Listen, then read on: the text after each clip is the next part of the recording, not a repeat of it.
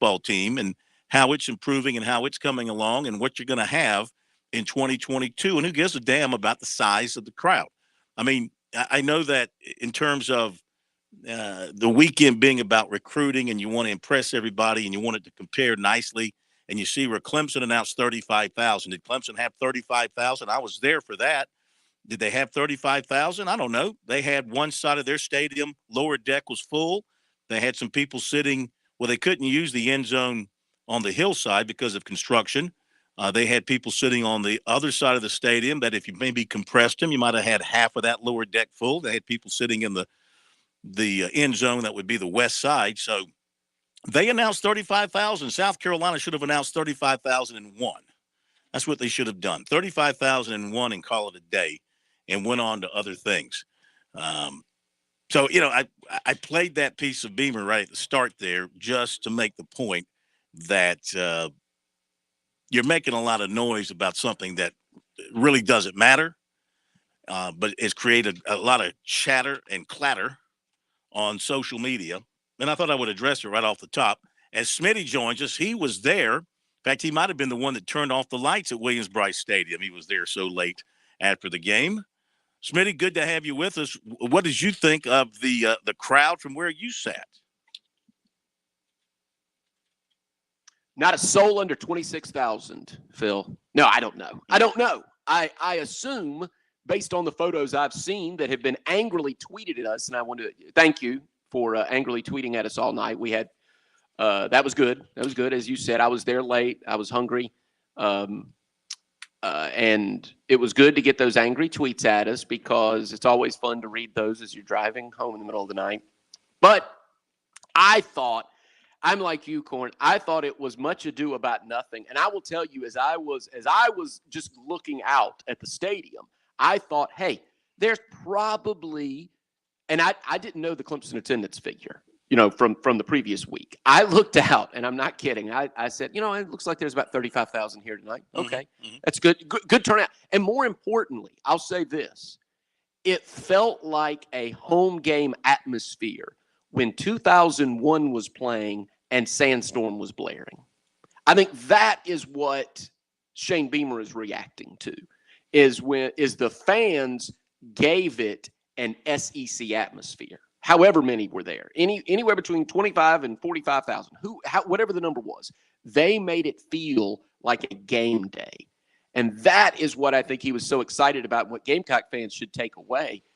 This group of fans is primed and ready to go and ready to cheer on the Gamecocks this fall because they have so much momentum. What great momentum for this team. And you just said that it was a great day for the Gamecock athletics based on, what the baseball team and their dramatic win and what South Carolina looked like. They're coming off a bowl win over North Carolina, a dominant victory where they did things they hadn't done in a while, which was run it with great effectiveness.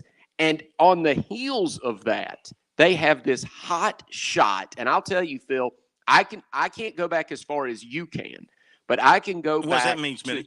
You saying I am only saying you have seen more Gamecock home games than I have. But I can tell you, I can remember with clarity. So this is the statement I would give about where the Gamecocks are at the quarterback position. With clarity, I can remember every Gamecock quarterback and their talent level, what they accomplished, what they looked like off the hoof, and then what they were able to actually do in between the lines, dating back to Todd Ellis. Okay, I probably can't really break down Mike Holt, even though I've seen the film, but dating back to Todd Ellis, this is Spencer Rattler, no doubt the best talent South Carolina has had at quarterback in terms of mobility and arm talent. When you add it all up, I'm not saying he'll be able to accomplish, say, what Connor Shaw did, or he will be able to put up the numbers that Steve Tannehill did relevant to his competition. But what I would tell you is running around throwing the football, Gamecock fans should be excited. You ain't seen nothing like this yet. And that, to me, is the number one takeaway, not the announced attendance.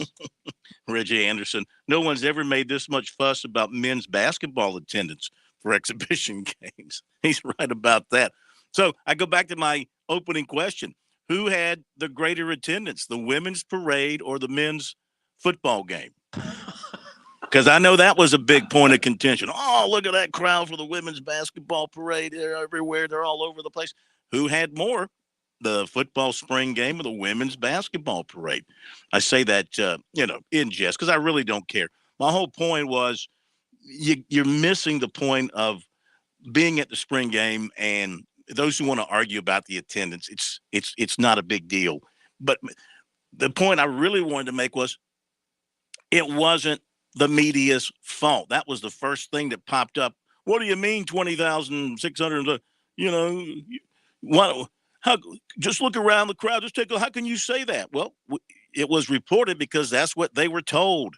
And Smitty was among those who tweeted it out as soon as, I guess, Steve Fink put it on the in-house mic that tonight's official attendance is da-da-da-da-da-da-da. And that's what they put. If you open up the game notes that South Carolina put out there after it was over, or what they reported, I guess, in the game stories was that 20,000 and change, whatever it was, it turned out there. So anyway, let's move on to a few other things. We'll talk about the game in a moment. We'll hear from Shane Beamer and also from Spencer Rattler.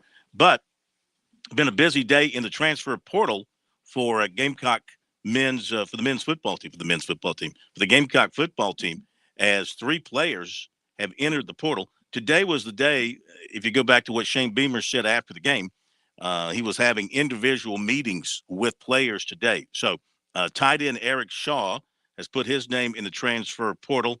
Also in the portal is defensive tackle Devontae Davis and defensive lineman Keem Green. They're all in the transfer portal. They were all backup players, and I don't know how much they were going to get to play. Shaw was a guy, and South Carolina got him out of Alabama.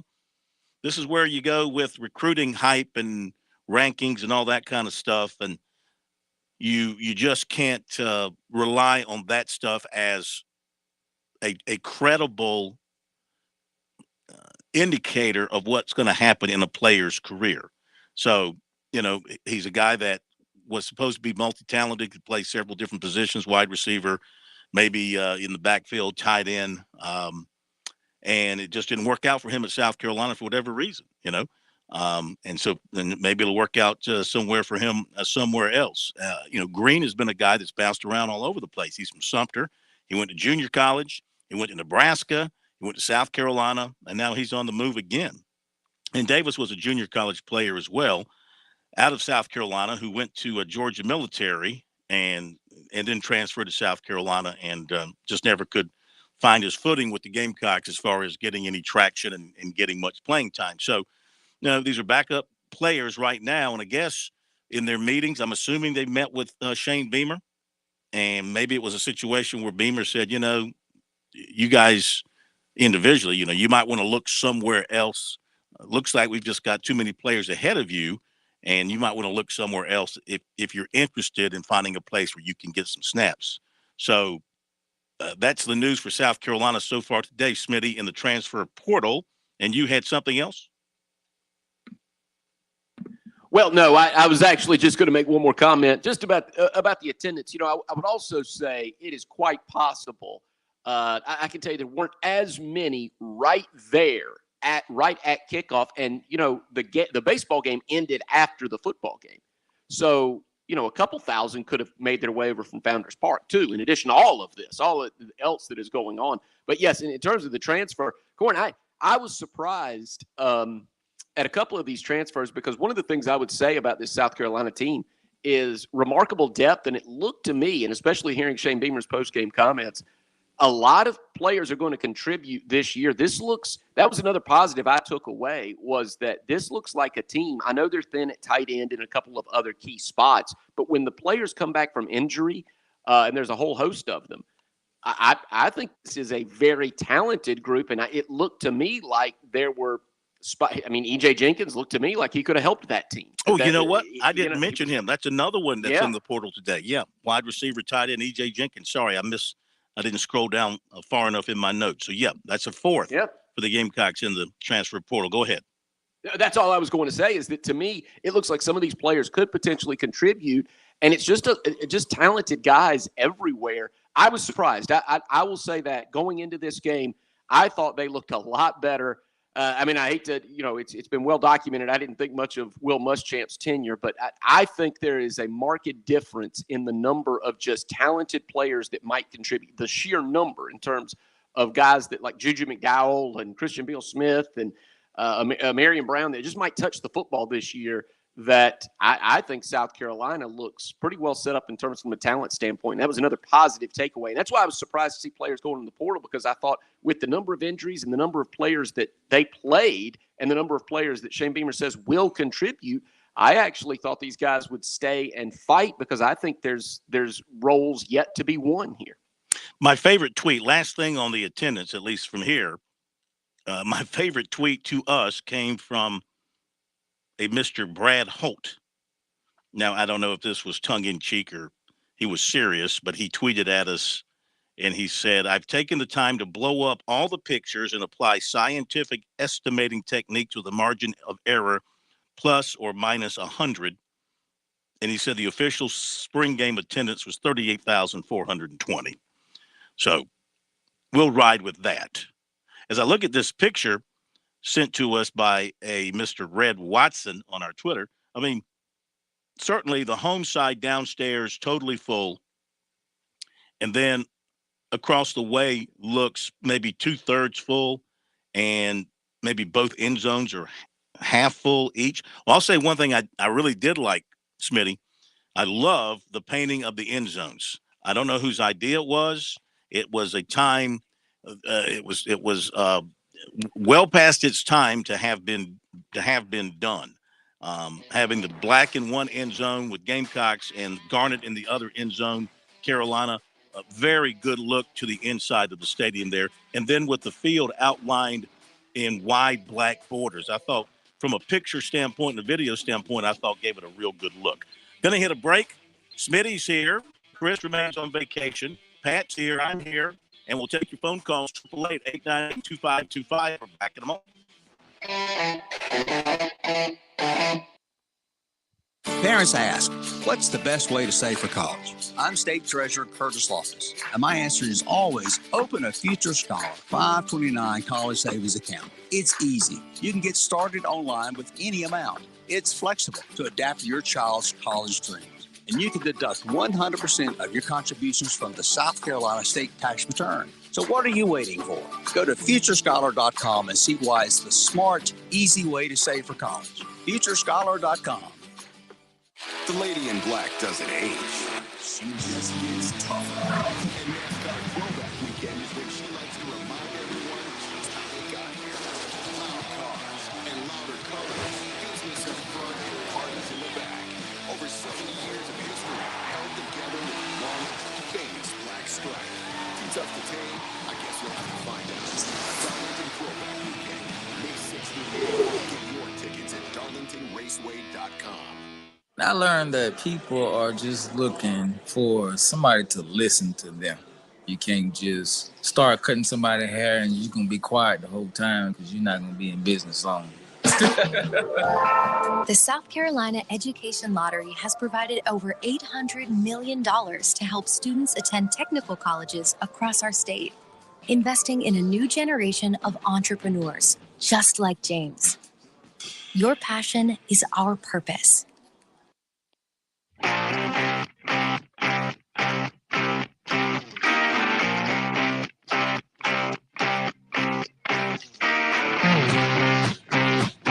A lot of recruiting coming up tonight, as you might imagine. After the weekend, we'll hear from Shane Beamer. We'll hear from Spencer Rattler. By the way, our poll question of the week that you can vote in, it's on our website, SportsTalkSC.com, on our Twitter, at SportsTalkSC. Spencer Rattler, sharp in the spring game, 8 of 10, 79 yards. Which performance level do you think he will reach in the fall? Heisman Trophy, which means, of course, one of the best, absolute best in the country. All-American, which is, not quite Heisman Trophy. Very good, but not quite Heisman Trophy level. All-SEC or All-State. Okay, different levels if you use your imagination. 52.2% voting so far, 268 votes. They rate him as an All-SEC level performer this coming year. 21.3% say All-State 14.2% All-American, 12.3% say Heisman Trophy, based off of what they saw in the spring game. Phone number, 888-898-2525, South Carolina Education Lottery lucky number to Sports Talk. Since 2002, more than $160 million in lottery proceeds have been used to fund SC Hope scholarships for the state's college-bound students. Learn more about the South Carolina Education Lottery's impact at sceducationlottery.com/education wins, and playing for fun is a win for education.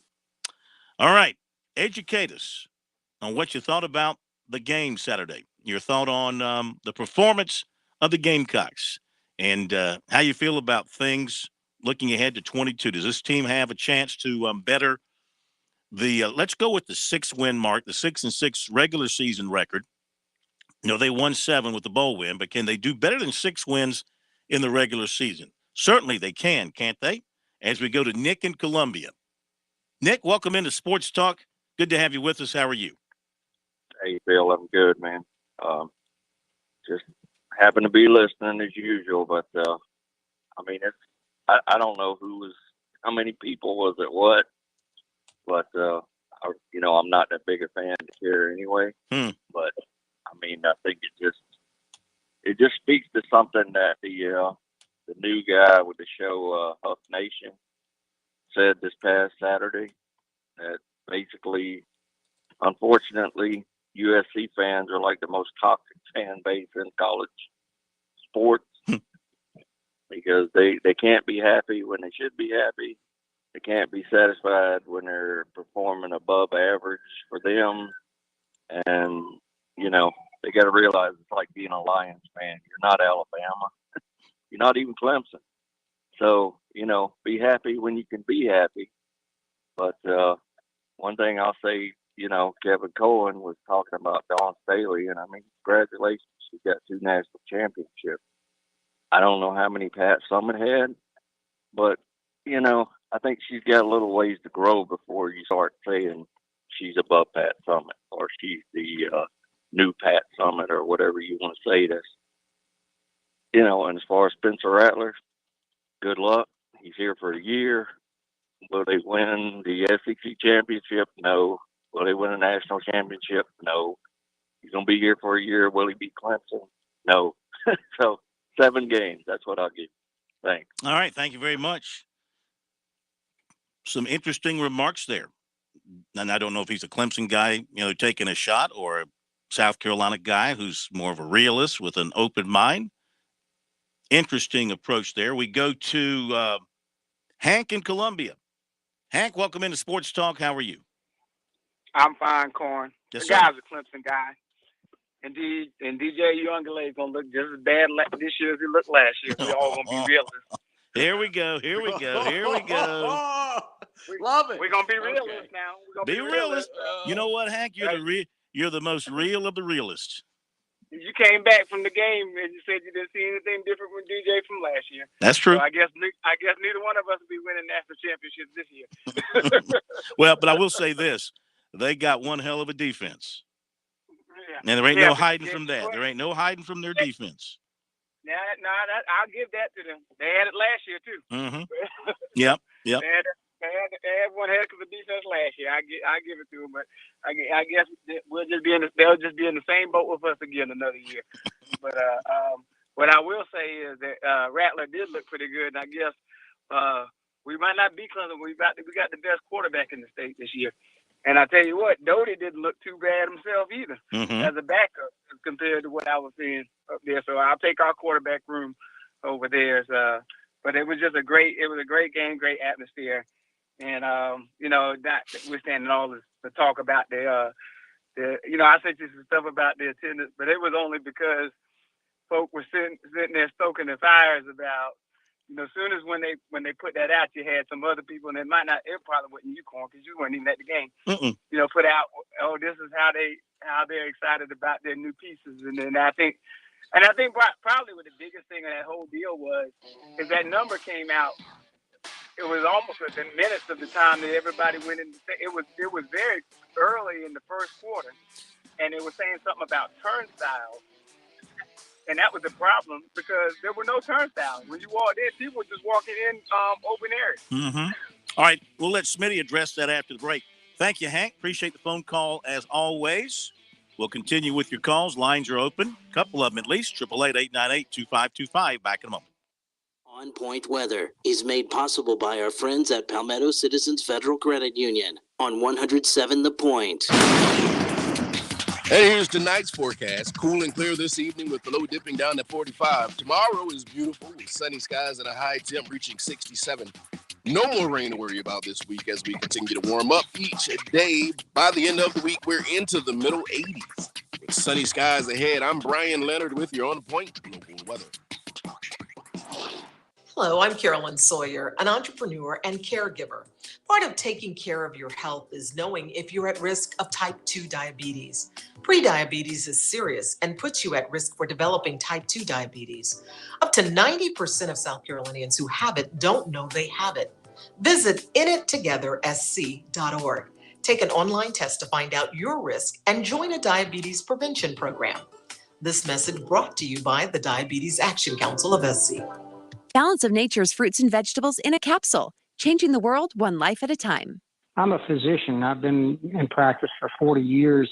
When I started taking this, I don't like medicines, and I probably have taken more people off medicine than I put on it.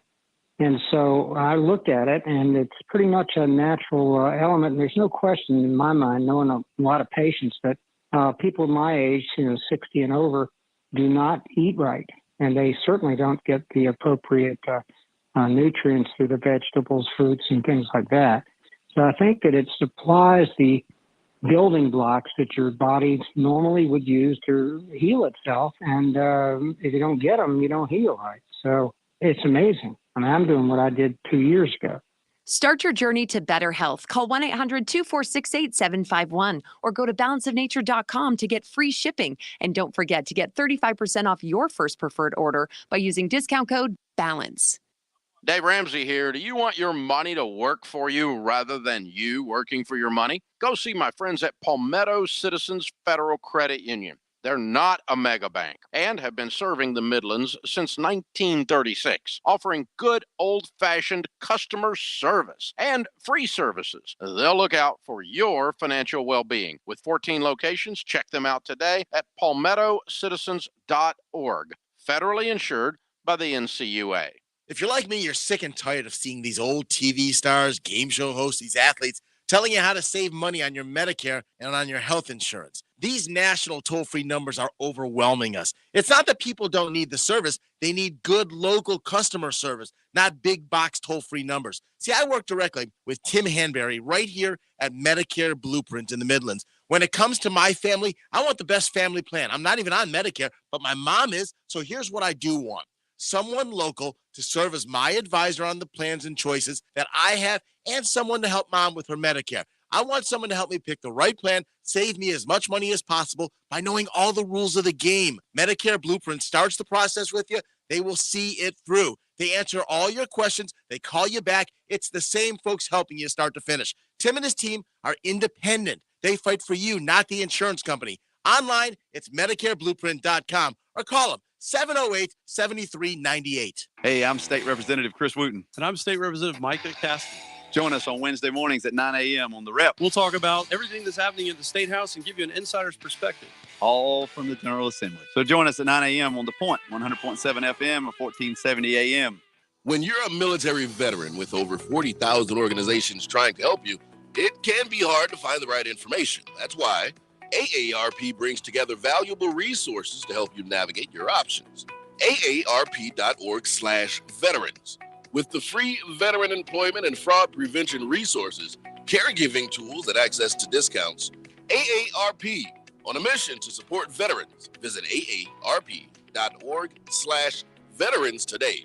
Hi, Chris Neely here from the South Carolina Public Charter School District. Join me every Tuesday afternoon at 5:30 with Kev as we put our kids first. We'll answer all your questions about charter schools in the Palmetto State. Kids first, every Tuesday afternoon at 5:30 on The Point. When you think about spring, good stuff springs to mind. Like spring break. Woohoo! A friend springing for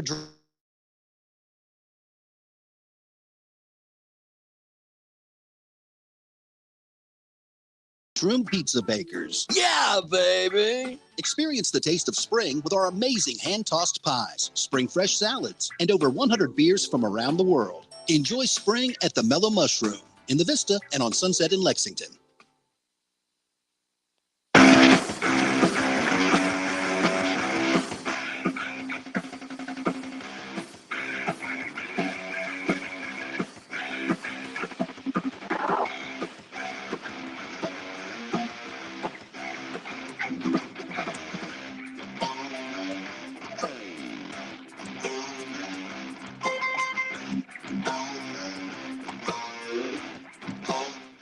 Quick notes. Check out our notebook, our Founders Federal notebook here on Sports Talk. Remember, Founders Federal, great place to go to get yourself a really good loan, a mortgage note. Of course, the rates are going up, but you can get a mortgage note as low as 3.22%.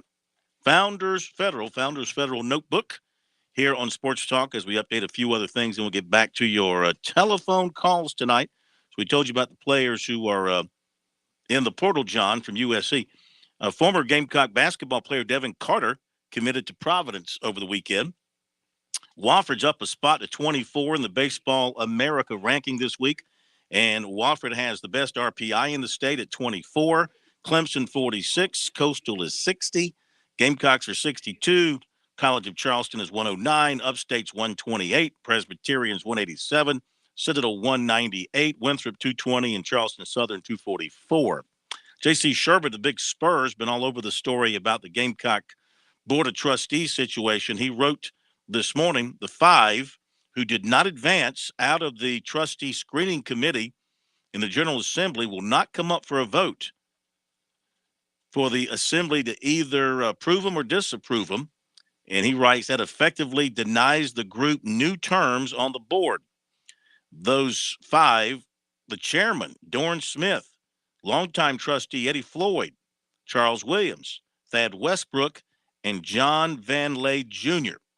They'll all continue to serve until replacements are elected under current state law. None had challengers to their board seats. Of course, they are working a bill through the legislature to change the makeup of the board, reducing it to 13 members representing the 7 congressional districts plus 4 at-large members, and then 2 to be appointed by the governor. All right, so things are moving on there with the South Carolina Board of Trustees. And Wofford right-hander Dalton Radens is the Southern Conference Pitcher of the Week through 5 innings in his 2 appearances, striking out 6 and allowing no runs, no walks in wins over East Tennessee State. 2 wins over East Tennessee State. By the way, Josiah Seitler, anybody noticed how hot he has been in the month of April? I have to go back and look. But I think in the month of April, he's got like 7 or 8 home runs. He's been one of the hottest power hitters in the SEC and helped the Gamecocks win that big series for them, a big series over Ole Miss.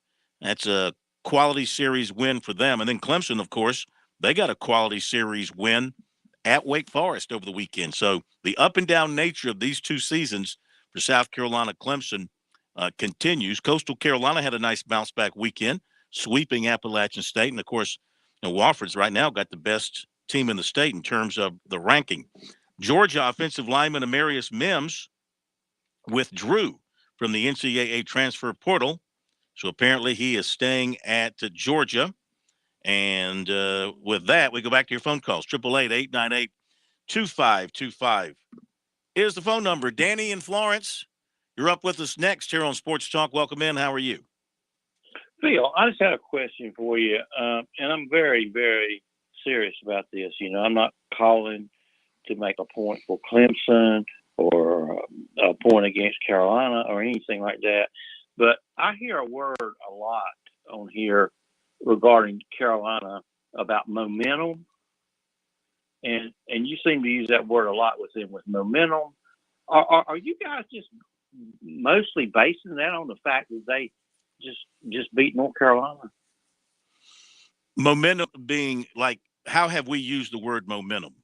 Give me an example of how we use the word momentum. They ended the year with momentum, and they have a chance for all this positive and you throw the North Carolina win in there, like that's what spurred him on to all this momentum for next year, and not what they really did in the SEC. And North Carolina's not an SEC team anyway.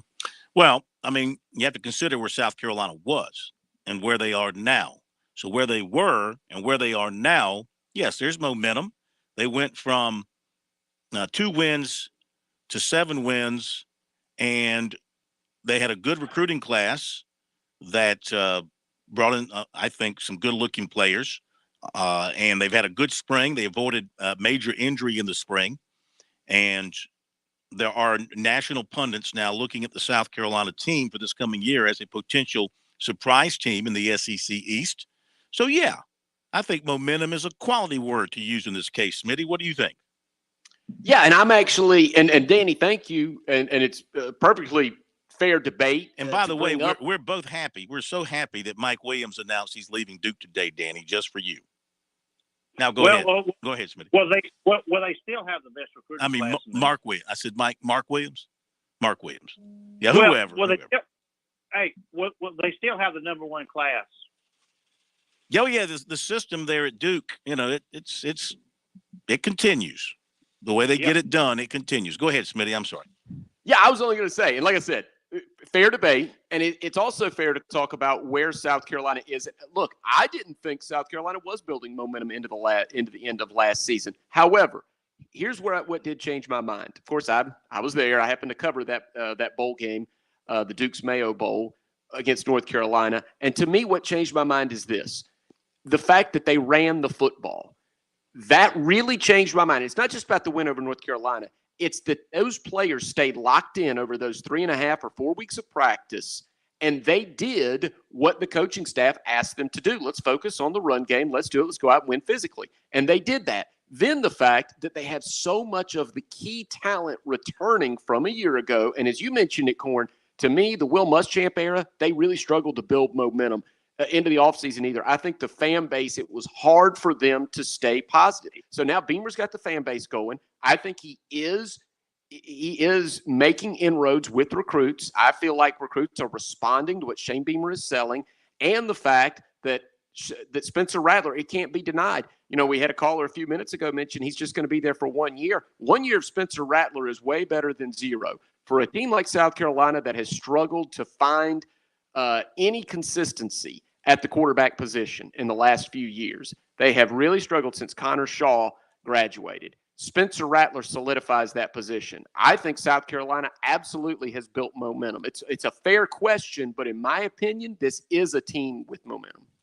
Yeah, look, if Spencer Rattler gives you 1 year of success and gets you to 9 or 10 wins and some really good things, let's say, and then he is so good that he moves on to the NFL, well, he leaves you in a lot better place than where he found you. And then you can go. Now the question becomes, and this is where a coach really faces a tough situation, I think. Now, Shane Beamer's answer to the question about relying on the transfer portal is a good one. As he says, he tells his players, it's not about recruiting over you. It's about recruiting competition.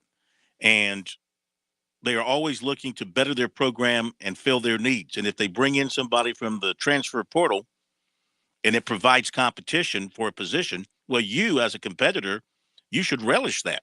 You should rise to the occasion and compete. Of course, so many players today just take their ball and go home. They don't want to compete. That's why the transfer portal is so jammed with more players than there's spots for. They just feel like they don't want to compete, and they want to go someplace, I guess, where they see there's nobody on the depth chart, and I've got almost an automatic spot at starting if I just show up, which is a terrible mindset to have. But that's what he said he tells the players. But what are you going to do?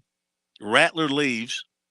That leaves you with Doty and right now Braden Davis and Colton Gauthier and whoever you sign in the 23 class coming in. And so do you go back because there's going to be more touted quarterbacks in the transfer portal, John, looking for new homes?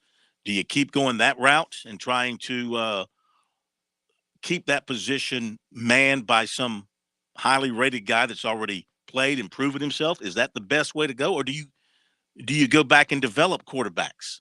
Is the day of developing quarterbacks in your program over? Somebody's developing them. I mean, let's face it, Spencer Rattler was already developed when he got to South Carolina. Now they can do some fine tuning, and he's still going to go back and work with his quarterback coach, but he was already made when he got to South Carolina. Can they do things to help him get better? Sure. Trevor Lawrence, Deshaun Watson, they were pretty much made quarterbacks by the time they got to Clemson because they were so naturally gifted. And now Clemson did things, their coaches there did things to help them grow and get better and reach that NFL level, but they were already pretty much refined quarterbacks by the time they stepped on campus. Spencer Rattler is pretty much a refined quarterback by the time he got to South Carolina. That's a bonus. And you know what happens, Smitty? I mean, you'll get spoiled as a coach, as a head coach, as a quarterback coach. Why take the time and effort and years to develop your own quarterback when you can go find one in the portal who's already developed or 90% of the way there? Yeah, and quarterback is a position more than any other because it makes such splashes that we're seeing. Oklahoma has a quarterback who beats out Spencer Rattler last year. Well, now he's at Southern California. Oklahoma has had a couple of big name transfer quarterbacks come in, like Jalen Hurts, that took them to great heights. So you're seeing it. The carousel spins every offseason. I do think it will slow down a little bit. And you just mentioned about South Carolina specifically developing quarterbacks. I think that's how Marcus Satterfield will eventually be judged. He's got to play a quarterback-friendly system this year for Spencer Rattler, put up numbers, so that they can challenge in the SEC East and play with teams like Georgia and Tennessee, who's on the rise. But then in the future, they've got highly recruited quarterbacks on that roster. Some are injured right now, but those are highly recruited quarterbacks. I think Marcus Satterfield will eventually be judged on the performance of that group of quarterbacks in the next 3-4 years. All right, 888-898-2525 is our phone number. We continue with your phone calls on this Monday night. We go to Charles in Charleston. Charles, welcome into Sports Talk. How are you? Hey, Dr. Phil, how you guys doing? We're doing great. Thank you. Great. Hey, if you ever get a chance, tell Dr. Rick, at least I miss him. I miss his commentary. Yes. He's a great guy. You know what? He's a great guy. You know what? There might be more of that to come in the next football season. We shall see. Oh, that'd be nice. That'd be very nice. Mm-hmm. Very nice. I know we don't have much time, but my thoughts on Spencer Rattler. I know USC has the hopes pinned on this guy, but I look at it from this perspective. He's at Oklahoma.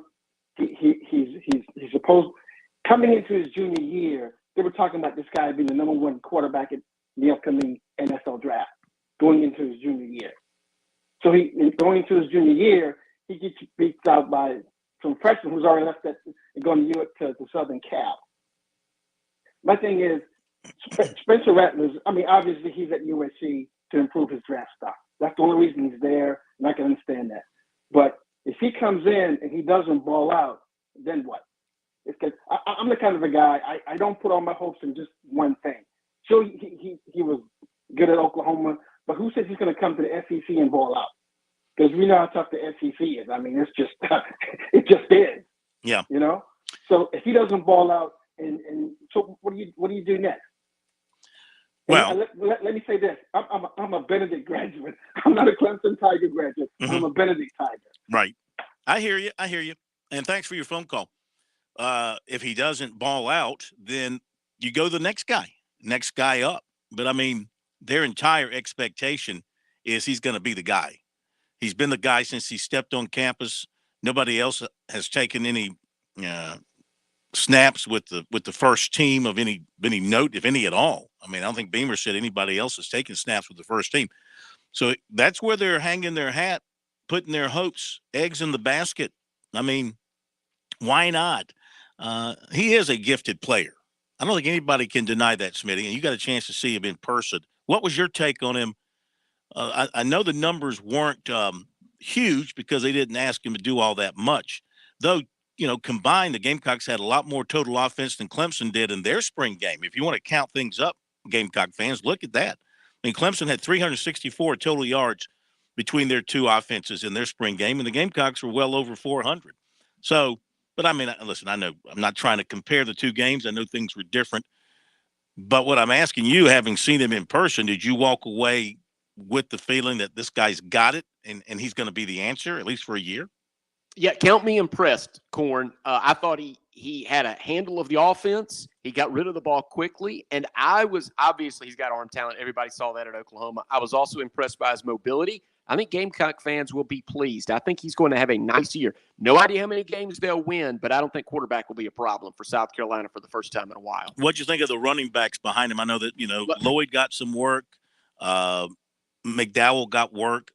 Carroll got some work back there. Christian Beal Smith, CBS, got some carries. What'd you think of the group? All right. I'll say this. I am on board with what you said. I believe you said this last year very early in the season. I am a Juju McDowell fan. I think it has something to do with the combination of, look, years ago when Sean Elliott was running the offensive line and under the Spurrier era, big offensive line, Marcus Lattimore zone blocking scheme, that was the perfect fit. Now with what they're doing, and they run a lot of counter and they're pulling the guards and a lot of zone, both inside and outside, to me, I don't know why that pairs so well with Juju McDowell. It just may be that foot speed, that fact that he can get from first gear to fourth gear so quickly. He looks really good. 6 carries, 57 yards. And I didn't think Lloyd put up big numbers and got caught up in the backfield a couple of times. I think Marshawn Lloyd is 100% healthy, and Shane Beamer said as much in his postgame comments. I know there's talk about a lot of different guys, but to me, the two I've got my eye on, Lloyd and McDowell, I think those two emerge. All right, going to hit a break here on Sports Talk, and we'll come back with more of your phone calls. The number is 888-898-2525. We invite you to give us a call right here on Sports Talk. We've got recruiting coming up for you as well. Lots to talk about from over the weekend. Of course, the Gamecocks got a basketball commitment of some interests. Going to come in as a walk-on because he's coming off a wrist injury, but hoping to impress and get a scholarship, which I don't think they'd go through all this if they didn't think eventually he would go on scholarship. We'll talk all about that and more in recruiting coming up.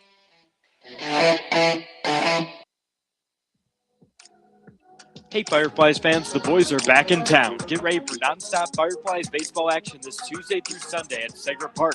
Catch a Miller Lite $2 Tuesday, White Claw Wednesday, Budweiser Thursday, Preview Friday, Saturday night postgame fireworks show, or a Sunday fun day with postgame kids run the bases. There's something fun for everyone at the ballpark. Get your tickets now at firefliestickets.com. Columbia Fireflies baseball is fun for all. The lady in black doesn't age. She just gets tougher. And NASCAR Throwback Weekend is when she likes to remind everyone just how they got here. Loud cars and louder colors. Business in the front and parties in the back. Over 70 years of history held together with one famous black stripe. Too tough to tame? I guess we'll have to find out. Darlington Throwback Weekend, May 6th through 8th. Get your tickets at darlingtonraceway.com. Hi, this is Phil Kornblut of Sports Talk here with Major Billy Downer of the Department of Natural Resources. What words of wisdom do you have for those hitting the water this summer? Phil, collisions can be prevented easily if every vessel operator fulfills 3 major responsibilities. 1, practice good seamanship. It's the responsibility of every boat or PWC operator to take all necessary action to avoid a collision. 2, keep a proper lookout. Failing to keep a sharp lookout is the most common cause of boating collisions. And finally, maintain a safe speed. Remember, boat safe, boat smart.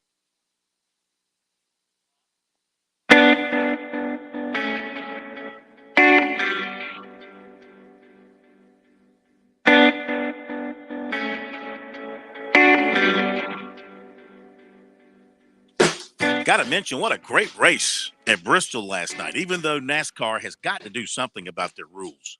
I mean, even the NASCAR people don't know what they were trying to do last night on the last restart, trying to get the scoring correct. I mean, the announcers were lost as they were trying to explain it. And, I mean, if they can't understand it, what do you think the rest of us are trying to do? But anyway, great Bristol race in the mud.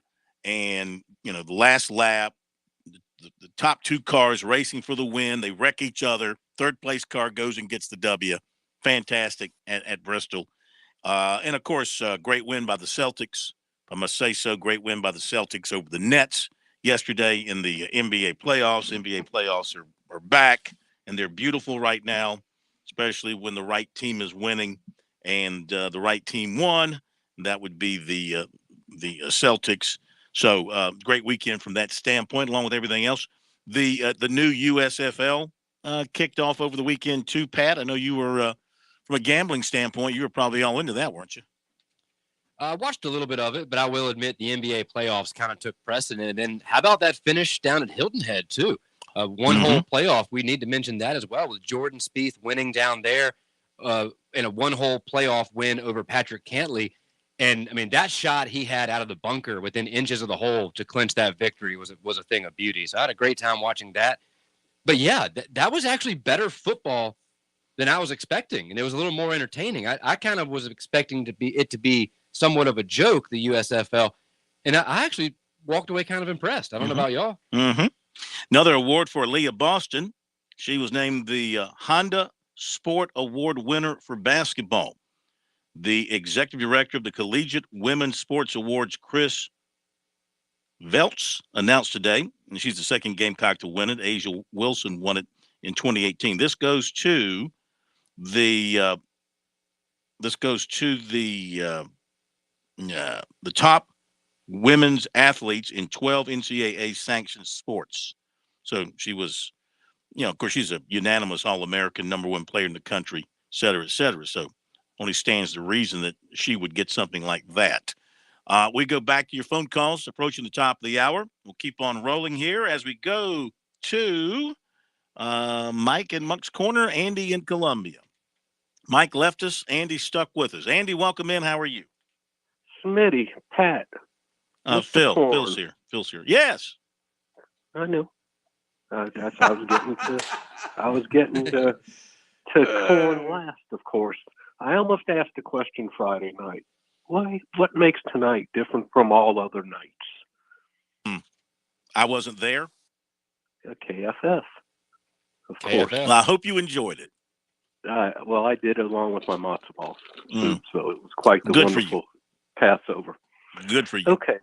A couple of comments regarding the spring game, and then I have a recruiting question for you, Mr. Korn. What I liked on the spring game was when they went live in the second half with the quarterbacks. I really thought that was good. I enjoyed actually watching these kids hit. So it was a little different, and I thought it was a little more entertaining. And I got to agree 190% with Smitty, if not 200%. 200. In my eyes, Juju McDowell, that young man is just action on the field. I mean, he was last year. What he did in this, I mean, I know the spring game's nothing, but just his move. I mean, he's like shake and bake. He's just, you can't grab him, and he's out of your hands. But to me, I just think the kid's a great running back. And the kid from Wake Forest, is he the one you were talking about? Maybe putting into a slot position, Phil? No, I don't recall them talking about putting him in the slot Wells position. that you were talking about? I'm right thinking about Wells. Well, Wells is a receiver. CBS is a bigger running back. I don't think you'd put him in the slot. Okay.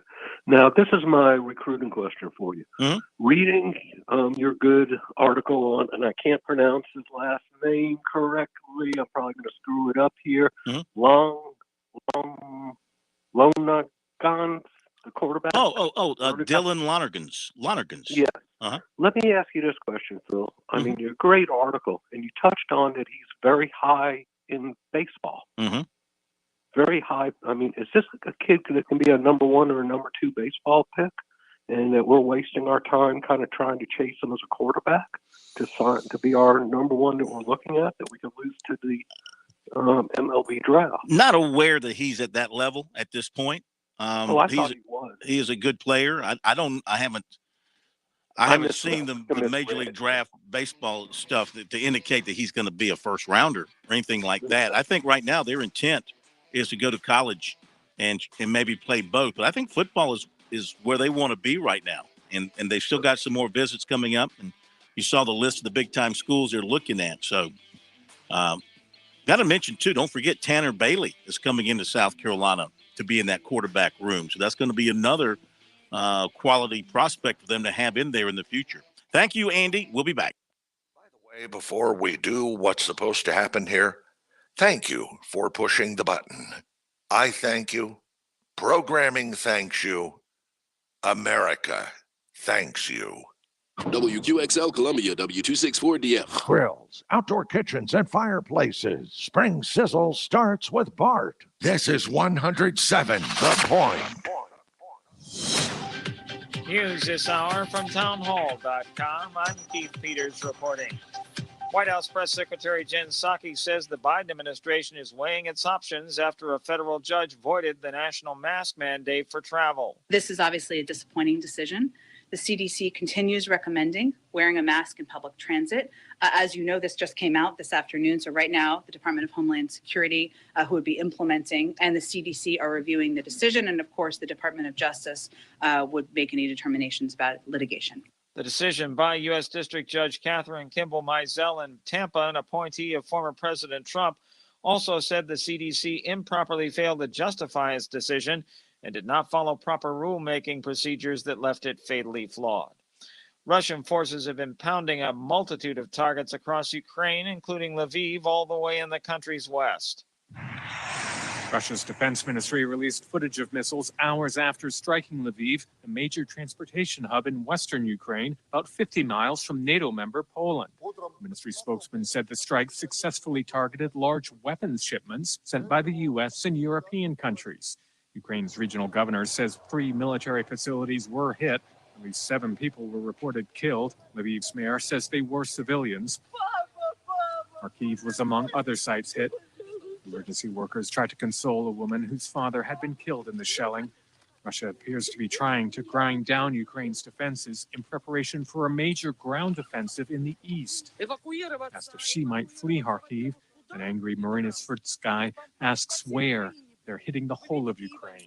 I'm Ben Thomas. On Wall Street, the Dow down by 39 points. The Nasdaq dropped 18. The S&P lower by 8. Oil up $1.26 to 108.21 a barrel. More on these stories at townhall.com. My brother-in-law died suddenly, and now my sister and her kids have to sell their home. That's why I told my husband we could not put off getting life insurance any longer. An agent offered us a 10-year, $500,000 policy for nearly $50 a month. Then we called SelectQuote. SelectQuote found us identical coverage for only $19 a month, a savings of $369 a year. Whether you need a $500,000 policy or a $5 million policy, SelectQuote could save you more than 50% on term life insurance. For your free quote, call SelectQuote at 1-800-940-6161. That's 1-800-940-6161. Or go to SelectQuote.com. That's 1-800-940-6161. SelectQuote. We shop, you save. Full details on example policies at SelectQuote.com/commercials. Israel's proposed new defense system passes its first test. The latest from the media lines, Felice Friedson. Although it might look and sound like science fiction, Israel's new laser defense system is one step closer to real-time deployment after passing its first test. The Iron Beam system, developed by Israel's Rafael Advanced Defense Systems, will be able to neutralize threats from rockets, drones, mortars, and anti-tank weapons. Unlike other systems that have been successful at intercepting short-range rockets but cost thousands of dollars for each projectile fired at hostile incoming rounds, the Iron Beam's operating cost is about $3.50 per shot. Israeli Defense Minister Benny Gantz has called the system a game changer. I'm Felice Friedson, Town Hall News, Jerusalem. News and analysis at themedialine.org and townhall.com. I'm Keith Peters reporting. On Point Weather is made possible by our friends at Palmetto Citizens Federal Credit Union on 107 The Point. And here's tonight's forecast. Cool and clear this evening with the low dipping down to 45. Tomorrow is beautiful with sunny skies and a high temp reaching 67. No more rain to worry about this week as we continue to warm up each day. By the end of the week, we're into the middle 80s. Sunny skies ahead. I'm Brian Leonard with your On Point local weather. WQXL Columbia, W264DF. Grills, outdoor kitchens, and fireplaces. Spring Sizzle starts with Bart. This is 107 The Please Point. press button now.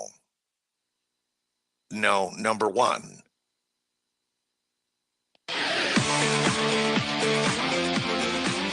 Welcome back to Sports Talk on the Sports Talk Media Network.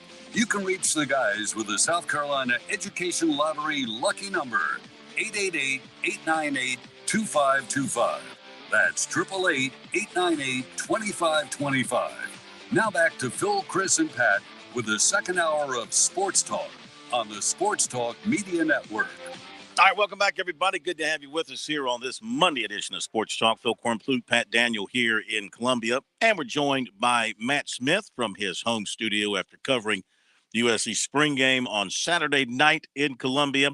Phone number 888-898-2525, South Carolina Education Lottery lucky number here on Sports Talk. If you want to join us before we get to some Shane Beamer comments from the Gamecock spring game. And a couple of other notes to pass along. Scottie Pippen Jr. announces for the NBA draft out of Vanderbilt. Had a great run there with the Commodores, but he is headed to the NBA draft, and imagine he'll do quite well. Oh, going back to Andy. Andy is so much smarter than the rest of us. So I did a quick check, and yep, Dylan Lonergan is considered a top 20 caliber baseball player in the class of 2023, according to this story from Dogs Daily from earlier in April. Says here he is slotted to be a mid to late first-round draft pick if he chooses the baseball route. So that's an option for them, obviously, and you never know what they might want to do. If he is a really high pick and decides and gets the big bonus money, they might want to go baseball. So we've seen that happen before. It happened with Clemson, with the quarterback they signed prior to this season out of Georgia, remember? And he ended up taking the baseball money and kind of left Clemson in the lurch there as far as quarterbacks in their quarterback room. And that's the chance you take when you're recruiting a two-sport guy who's very, very good and, is able to is ranked very highly in both sports. But right now, from talking with the dad yesterday, yeah, we didn't talk about the baseball aspect of it. We just talked about his visit and what was ahead. So it looks like right now, once they finish up with their baseball season, their focus is on football situations and going around and looking at some of these other schools. But you're right on it, Andy. Thank you very much for pointing that out to us. All right. By the way, before we move on, I did want to take a quick check at the baseball situation, SEC and ACC after the weekend. So Tennessee continues to roll along, 14-1 in SEC play, 33-3 overall. They had a hot series with Alabama, man. I tell you, that was nasty at time between those two. Georgia's 9-6, Vanderbilt 7-8, Florida 6-9, USC 6-9, Missouri 5-10, and Kentucky 5-10 in league play. So the East only has two teams over 500, Tennessee and Georgia right now. Does that mean they're just all balanced, or they're all mediocre, or what? Or maybe the West is that much better. Arkansas is 11-4. Auburn is 8-7, as is A&M, as is Alabama. Alabama's been kind of a surprise of the league. LSU's got a losing league record at 7-8. Mississippi State's down at 6-9, and Ole Miss is 5-10. So they're kind of beating up on each other there. South Carolina's moved up to a tie for fourth with Florida, and the Gamecocks will go to Auburn. And Auburn's been a surprise this year as well, 24-12 overall, 8-7 in SEC play. In the ACC, you've got in the Atlantic, NC State at 10-7, Louisville's 9-6, Wake Forest and Florida State are 10-8, Notre Dame's 8-7, Clemson only 4-10, and Boston College 3-5. Tigers will host Florida State. They got a big week. They got a 5-game week. They've got Georgia tomorrow, East Tennessee State on Wednesday, and then 3 at home against Florida State. So this is a week where they can make a move up or down. Miami leads the Coastal 14-4. Virginia is 10-8. Virginia Tech 9-7. Pitt is 9-8. Georgia Tech's 9-9. North Carolina having a Down year for them, 8-10, and Duke 6-12. All right, that's the way they look in the ACC. Okay, Smitty, take us into the interview room after the spring game Saturday night. Down below in the bowels of Williams-Brice Stadium, deep inside the bowels of Williams-Brice Stadium. So far inside the bowels of Williams-Brice Stadium, you couldn't see the moon. You were so deeply diving into the bowels of Williams-Brice Stadium. We were. And Shane Beamer came in, and he was truly beaming. By the way, I happened to get the opportunity He was beaming in the bowels? He was beaming in the bowels. Please don't, nobody clip that and make YouTube out of that. Yeah. But Frank Beamer, obviously his father and legendary coach, he actually sat beside me. And I know something you won't hear in the audio here is when Shane Beamer mentioned how his team struggled in the kicking drills in between quarters, Frank Beamer chimed in and said, I was going to talk to you about that, which is pretty spot on considering how legendary he was for special teams. But what Shane Beamer touched on quite a bit, he was so excited at the atmosphere. He applauded the fans. He said it was an incredible Gamecock walk into the stadium. And he talked about the fact that they are developing depth. So he's going to hit on a lot of players here. You'll hear a lot of names thrown out there. He is excited, not just about what he saw, but about some of the players that are ready to come back from injury as soon as they hit fall camp that will contribute. And, of course, Shane Beamer liked what he saw from Spencer Rattler and also the tight end position, despite the fact that they're thin there, but they've moved a couple of guys, including Chad Terrell, who had a big-time game. And I think some of those guys are going to contribute. And Shane Beamer hits on all that and more here. All right. First of all, what an awesome night for South Carolina football. What a great weekend. I mean, starting with Coach Staley and the women's basketball team in that parade on Wednesday, and then with all of our sports that we've had here on campus. I guess baseball ended up having a fantastic win this afternoon and took the series, I guess, from Ole Miss, correct? So heck of a job, and congrats to Coach Kingston and his staff and all the other sports that were competing this weekend. And then what an environment out here tonight. We just talked about in the locker room. I mean, that was a lot of fun. And thanks to our fans. I mean, it was awesome. That pregame walk that we had, I mean, I know some of you guys saw it, and some of you guys may have been at baseball, and we talked about it on Twitter, but there's college football programs across the country that would die to have a walk like that for a regular season game.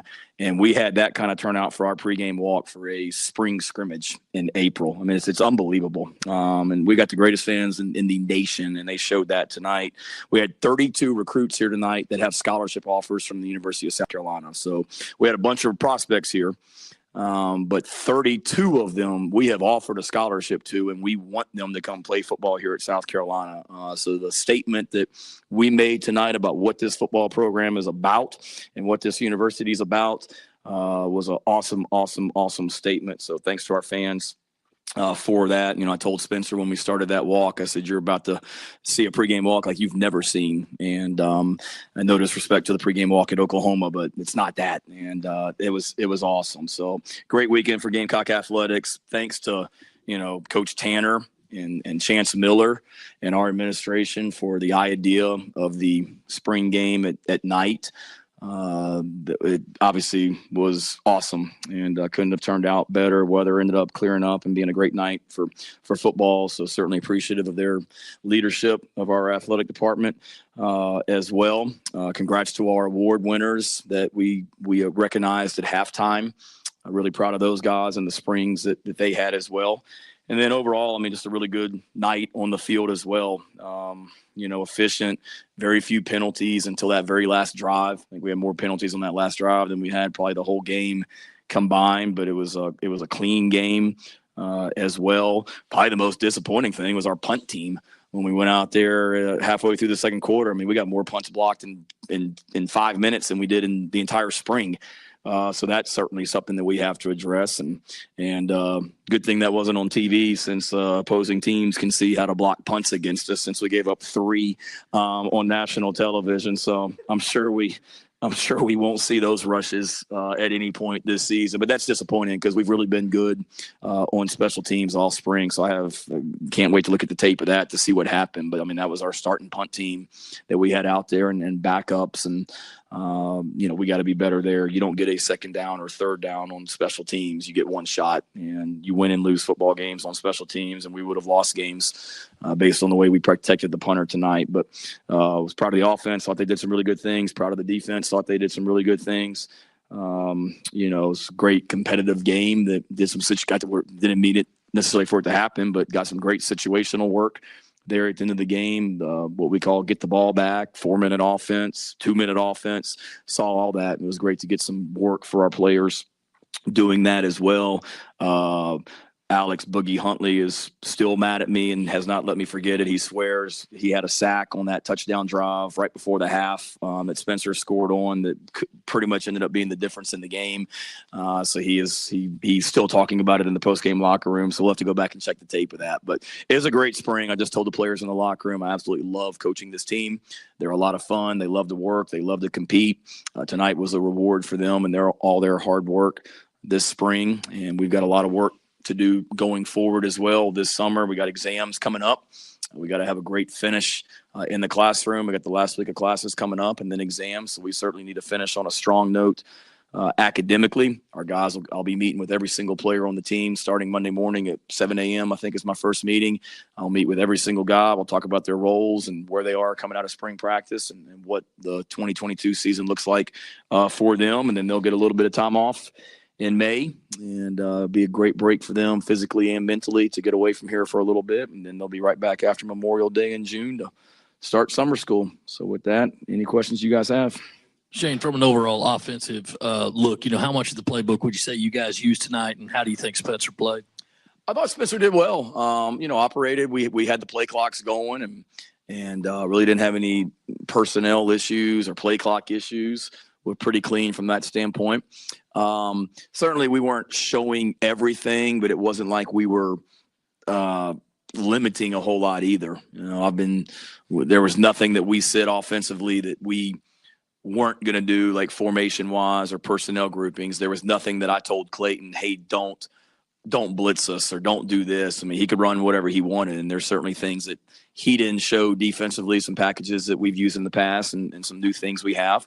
And certainly there's some things offensively that we didn't do a ton of, but it was wide open if you wanted it to be. But I thought Spencer did a good job, made some throws and had some receivers and tight ends and running backs make some catches for him too. Shane, obviously we didn't have the opportunity to see Marshawn this spring in the 14 practices that you have, but some of the videos that did come out, it looked like he showed that explosiveness, and it looked like he showed that tonight. What can you say just about his mental toughness, trying to come back from that injury, and how pleased does that make you feel, especially heading into fall camp now? Yeah, really fired up about him and the spring that he's had. Obviously, highly recruited coming out of high school. 2020, he gets injured.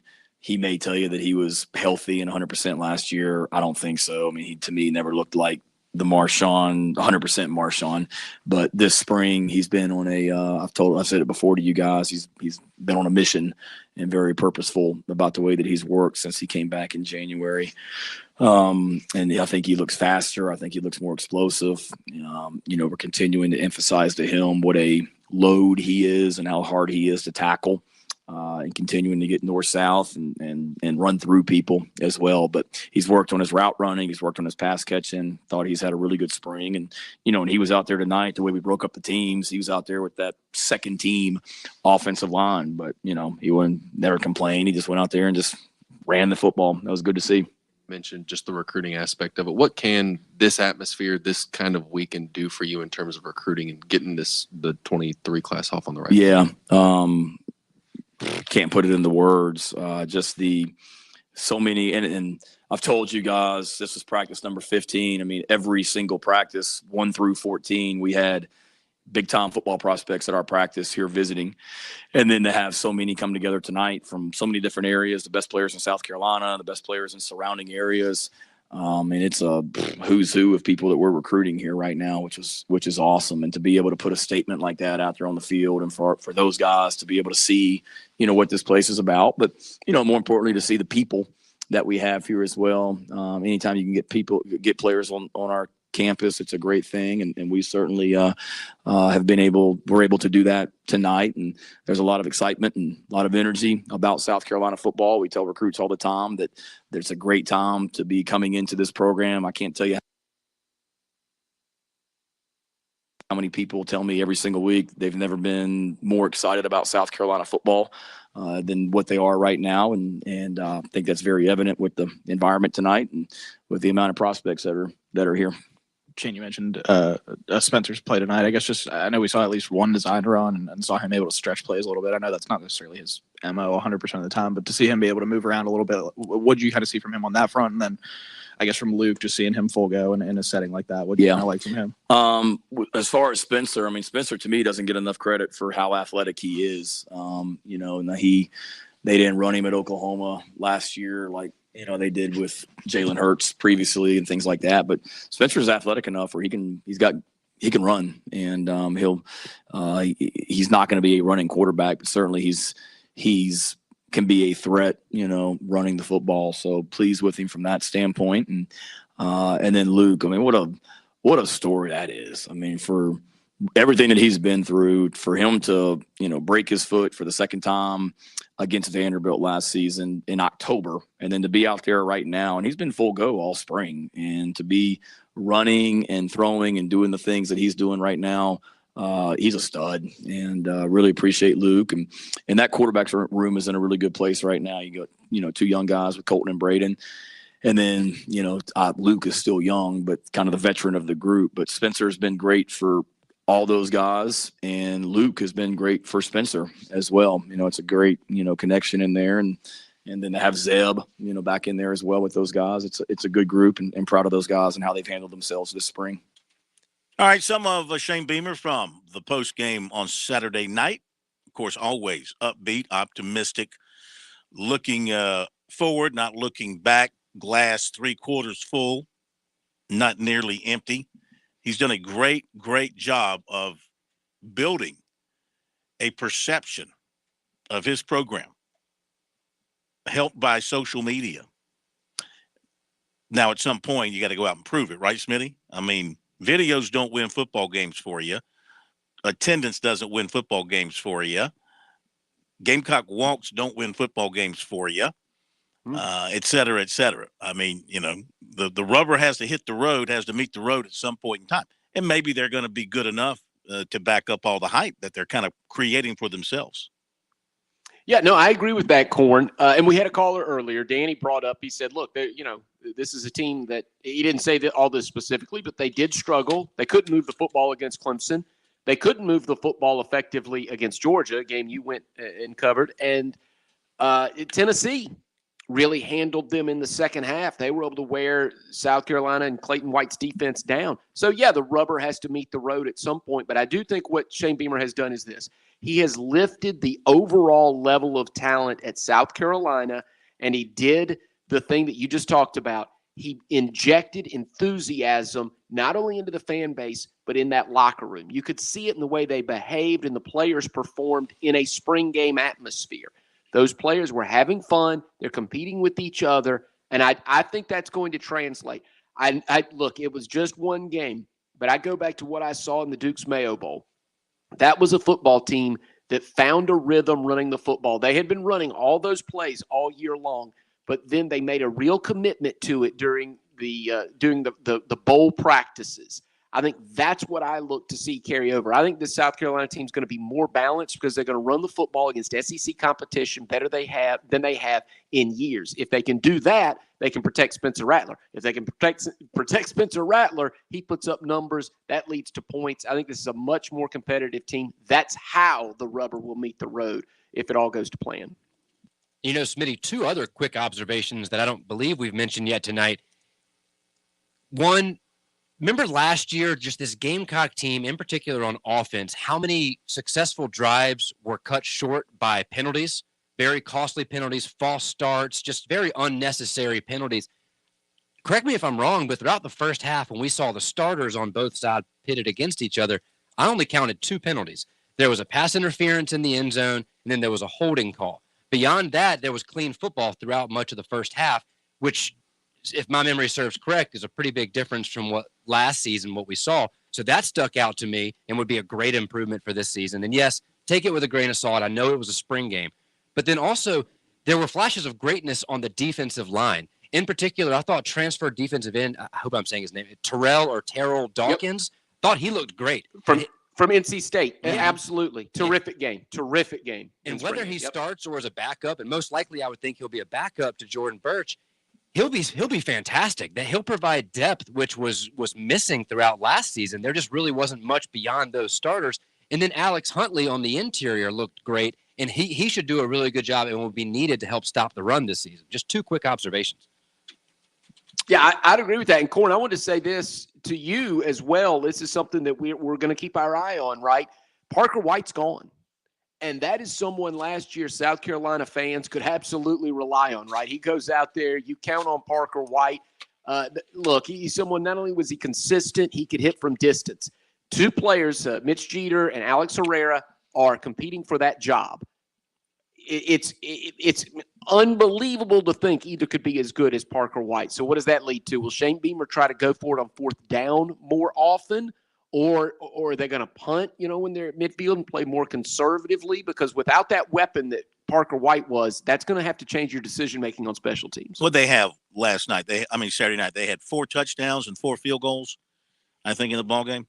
Kickers look good, too. 4 for 4 on field goals. Yep, and you're right. 4 touchdowns, 4 field goals, and kickers look good. To me, I call that balance. You give me 4 field goals, 4 touchdowns in a game, and you're gonna feel good about it. All right, let's hit the quick break here. Squeeze in the break. We'll come back. We'll get into recruiting coming up. John Kosis from the Fireflies joins us around the horn. We'll talk about Fireflies with 3-3 and their trip down to Charleston, and we'll talk about the Carolina League. By the way, former Gamecock quarterback Jason Brown, in his game at Virginia Tech Saturday, their spring game, 6 of 14 for 37 yards and a long of 21. Hey, Duke had 3,600 fans announced for attendance at their spring game, so there's that. We'll be back.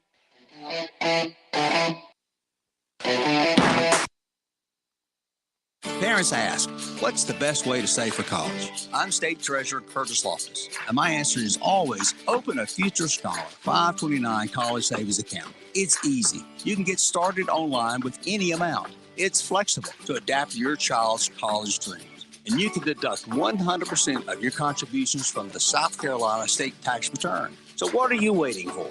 Go to FutureScholar.com and see why it's the smart, easy way to save for college. FutureScholar.com.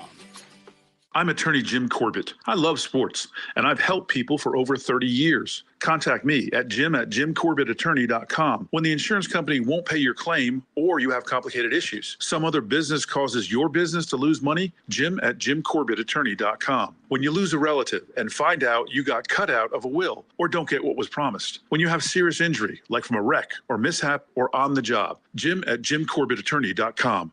Life, it has its ups and downs. Sometimes it's little things like hitting every red light or dropping your cell phone. Maybe it's the bills, rent, or pressure at work. But when it comes to the South Carolina Education Lottery, you should never feel like playing will solve everything. The lottery is a game. It's played for fun. So set a dollar amount. Expect not to win and make sure responsibilities, family, friends, and work come first. Visit playresponsiblysc.com.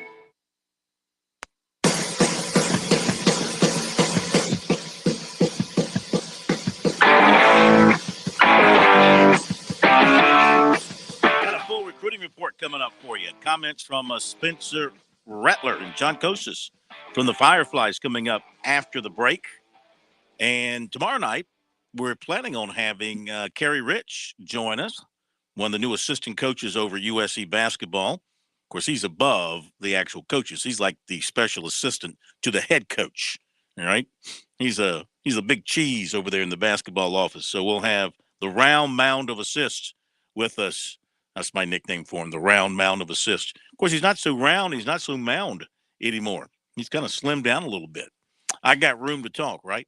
And we'll have that tomorrow night and some other things. Let's see. What else? Wednesday, we got Darlington Day over at the State House. So we'll be over there for that and talking with the folks there. We're only 20 days away from Darlington. from the Mother's Day race. You know, a lot of people, including our own Chris Bergen, had some angst about NASCAR racing on Easter night, but I think it went off okay from what I heard on the broadcast. They had sunrise service. A lot of people turned out for that, and I don't know. It will all depend on the what the TV ratings showed them, if they're going to continue doing that. But a terrific race that went from dirt to mud as the rain came through. Had a great finish there. And as we mentioned earlier, too, great finish down at Harbortown, too, with Jordan Spieth getting an overtime win. So some great stuff over the weekend. We'll be back. On Point Weather is made possible by our friends at Palmetto Citizens Federal Credit Union on 107 The Point. And here's tonight's forecast. Cool and clear this evening with the low dipping down to 45. Tomorrow is beautiful with sunny skies and a high temp reaching 67. No more rain to worry about this week as we continue to warm up each day. By the end of the week, we're into the middle 80s. With sunny skies ahead, I'm Brian Leonard with your On Point local weather. Hi, honey. Were you able to drop by Tree Pharmacy today to pick up Mom's medications? Yes, she sure is on a lot of meds. I know. That's why I go over so often, to help make sure she's taking them correctly. Well, I have great news. The pharmacist at True Pharmacy said he can pre-pack her medications into individual doses. Wow. Knowing she's taking the right meds at the right time will give me great peace of mind. But how much does it cost? That's the even better part. It's free. Just another great service they offer at True Pharmacy. True Pharmacy, 2 locations, Charleston Highway in West Columbia and Devine Street downtown. United We Pledge has partnered with Balance of Nature to help ensure traditional American freedoms exist for us and for future generations. United We Pledge is raising money to build an American Village West campus that will house replicas of key historic buildings and realistic portrayals of the men and women who helped shape this nation. This village will provide educational experiences for youth and families. To raise funds and bring awareness to this project, world record-holding endurance athlete Tom Jones is running 76 consecutive marathons from the original American Village in Alabama to the future home of the American Village West in Washington County, Utah. He will be powered by Balance of Nature fruits and veggies. Balance of Nature is proud to provide fruits and veggies in a Patriot Pack for a limited time to support this effort. A portion of the proceeds from each Patriot Pack will go directly to United We Pledge to help build this project. Use promo code VILLAGE to receive 35% off your first preferred order. Go to buypatriotpack.com to start your pledge to help preserve the freedoms we value. When it comes to firearms, ammunition, and accessories, some things are changing, while fortunately some things haven't changed a bit. I'm talking all about Shooter's Choice in West Columbia. What has never and will never change is the customer service. Top-notch with the staff that has decades of experience in the firearms industry. This staff actually hunts and shoots regularly. For over 30 years, Shooter's Choice has never lost that hometown feel and never felt like shopping at some big box store. What has changed? Well, technology. If you'd rather spend your money on firearms than gas, go online to SportsTalkSC.com and check out a great website that's easy to navigate 24/7. Be the first to get items as they are received at the store. Be the first to get that newest production model ordered before it even enters the retail store. Come pick it up at your convenience. Sign up for notifications of new products and special inventory. It's all at ShootersChoiceSC.com. So come on in and see the team at Shooter's Choice, 944 Sunset Boulevard, or visit online. Either way, you'll see what I'm talking about. Make your first choice, your best choice. Make it Shooter's Choice.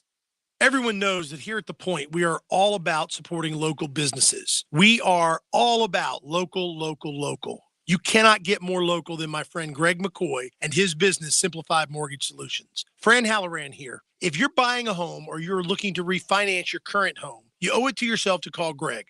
He is the real deal. You can expect Greg to treat you like you are his only client. You can expect Greg to scour the market to find you the best rate available. You can expect Greg to charge you a fair price for his work and his service. Why would you deal with some national company headquartered in who knows where when you can do business with Greg? Need further persuasion? Okay, I didn't even mention the good Greg does in our community by supporting local charities like Blue Star Mothers and Camp Chemo. Come on, you need to call Greg. Online at simplifiedmortgagesc.com, or you can call Greg at 803-722-6044. That's 722-6044. You know what? I get asked every now and then, Kev, when you say my guy, do you really have a my guy at Palmetto Exterminators? Well, I really do. Ron Byers is my guy. Do you realize I've been a customer of Palmetto Exterminators for 20 years this summer? That's over the course of 3 homes, longer than my kids have been around. I'm loyal to Palmetto Exterminators for several reasons. First, they do a phenomenal job with pest control for a very fair price. It's just not a concern around my home. They take care of everything from regular visits to termite inspection, mosquito care. This is a company that's been around for more than 60 years serving the Midlands. When they come around, they're clean, they're courteous, and they're on time. Look, it's not just me. When it comes to things like those pesky mosquitoes, Palmetto Exterminators voted best of Columbia in Columbia Metropolitan for their mosquito control. I could have told you that before anyone even voted. What else can you possibly need from your pest control company? If you're looking for someone to help you, look no further than my guy, Ron Byers, Palmetto Exterminators. Online, it's palmettoexterminators.net or call them 254-5833, 254-5833.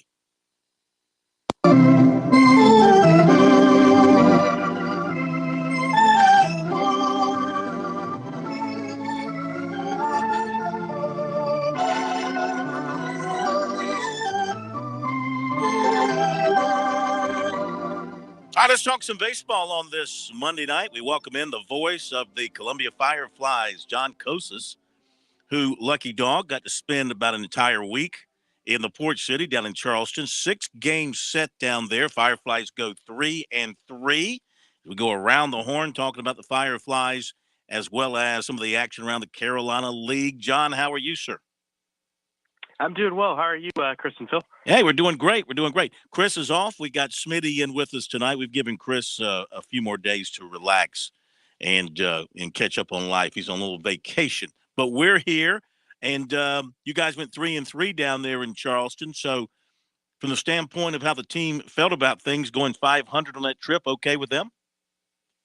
Yeah, I can't remember what manager it was. I think maybe even Frank Robinson who said it. And it's if you go 500 on the road and you win every series at home, you're a playoff team. And you go 500 on the road against the defending league champions, I think you're doing something right. So a little bit of a misstep in those first 3 games against Augusta, but a really good chance to play things against Down East this week. Down East, a 3-6 team to open things up. Down East Wood Ducks. What about the team stood out to you this week in Charleston? Who kind of caught your eye? We saw just a little bit of pop from Carter Jensen. Carter Jensen with 3 home runs this series. 19-year-old kid, high school draftee. We knew that the bat was there. The question was, how long was it going to take to come out? And I think he answered our question pretty quickly. No doubt about it. No doubt about it. What about on the mound? How about the pitching? Eric Sarantola was really good. I want to say he was Saturday night's game. It was either Friday or Saturday night. 10 strikeouts in 5 innings. Didn't allow a run until the 5th inning, and it was 2 runs total. So still on pace for what would have been a quality start, will be a quality start later this year as his pitch count continues to elevate. But Sarantola, you've got different levels of prospects, right? Some of them are kind of labeled projects.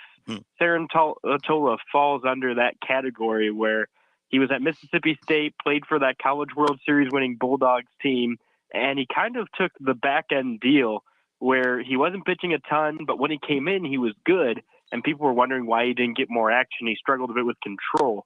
The question is, can he get that control underway? And I think he answered it in a big way in his second start where he didn't issue any walks. He struck out 10, and he was pretty unhittable for the most part. John, on Easter Sunday, the Fireflies made SportsCenter's top 10, but they were on the wrong side of it. Can you tell us about that play where a Charleston River dog scaled the fence in left and robbed a homer from one of the Fireflies? Yeah, I want to say it was Drew Baker, who's one of their top prospects. And the funny thing about it is, obviously, you saw it from the clip. Omar Hernandez got all of that ball. He sent it deep to left field, and Baker got a late beat on it. I remember he looked like he stepped in first, and then he starts running backwards, and I'm thinking, man, that's going to be over his head the entire time. And then he leaps up, goes over the wall. It looked like Vince Carter's famous dunk in the dunk contest where he puts his shoulder over the rim and into the basket. That's what he did with the outfield fence. Gets his shoulder completely over it, clears it, and catches the ball and brings it back into the field of play. So good for Drew Baker. You always got to just tip your cap when something like that happens. If someone's going to pull off an astronomically athletic feat, it's great for the game. And maybe it wasn't great for the Fireflies in that moment. They ended up losing that ball game, and maybe Omar Hernandez's home run could have helped the team rally a bit more. But when someone does something like that, all you can do is tip the cap. And at least you got to call it, John. So that was fun. And maybe soon the Fireflies will make SportsCenter's top 10 on the right side of that. Now, I wanted to ask you, you mentioned Carter Jensen. He's got 3 homers now.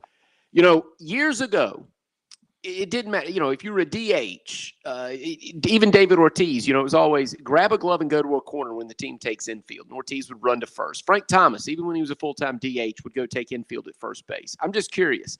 Carter Jensen was drafted to be a designated hitter. That's what the Royals eventually want to do with him. When the team goes and takes the field, does he grab a glove and go somewhere? Well, that's actually not true. He was drafted as a catcher. Okay. But listed as a DH. Actually, no, he's listed as a catcher on our roster. He was just the designated hitter in Sunday's game. So him and Omar Hernandez are flipping.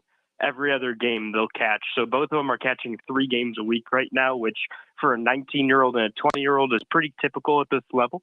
Carter is really good with his arm. He's pretty solid calling the game. I think he still needs to work on his framing and a little bit of his receiving behind the plate. But overall, for a 19-year-old, he's above the standard. Omar is a plus defensive player, but he needs to work on his bat. So the two can actually complement each other very well. Now, what's interesting about this Royals situation is I think no matter how well Carter Jensen plays this year, it's going to be very difficult for him to rise in the levels. And the reason I say that's because Kansas City's got 2 major league catchers who are pretty darn good, Salvador Perez being one of them. And then in AAA, you've got Logan Porter and MJ Melendez, 2 top prospects. We heard of Cale Emshoff last year. He's chilling in Quad Cities right now. And beyond that, you've got all these guys who are demanding that they're catching the bulk of games. So I think with the setup they have right now, where they've got Omar and they've got Carter Jensen, is going to be something that we're going to get used to all year. 2 young guys. They're going to struggle at times, but I think we're going to see a lot more positive times out of them than we're going to see bad times. And if you're a big baseball fan, particularly if you're really good into catchers and the defensive mindset of the game, you're going to want to come out to Columbia because you're not going to see 2 guys like that behind the dish very often at this level. All right, John, you got a big homestand coming up. Going to be home all week. You got the Wood Ducks coming in from the Rangers organization. You got promotions throughout the week. It's going to be a big week. And touch on some of the major promotions for you guys coming up this week. Yeah, so there's one that's actually really cool tomorrow that it's our first time doing it. We're having an autism awareness night. And this is something that's been getting big around minor league baseball the last couple of years. What we're going to do is we're not going to play any flashing or strobing lights or anything like that on our video board. We're going to dim the video board to 20%, and we're going to have a couple of sections where we're going to turn the speakers off. So overall, it's going to be a very low stimulating game from the presentation standpoint. And that's something that's really important to our organization because we've adopted the mantra fun for all.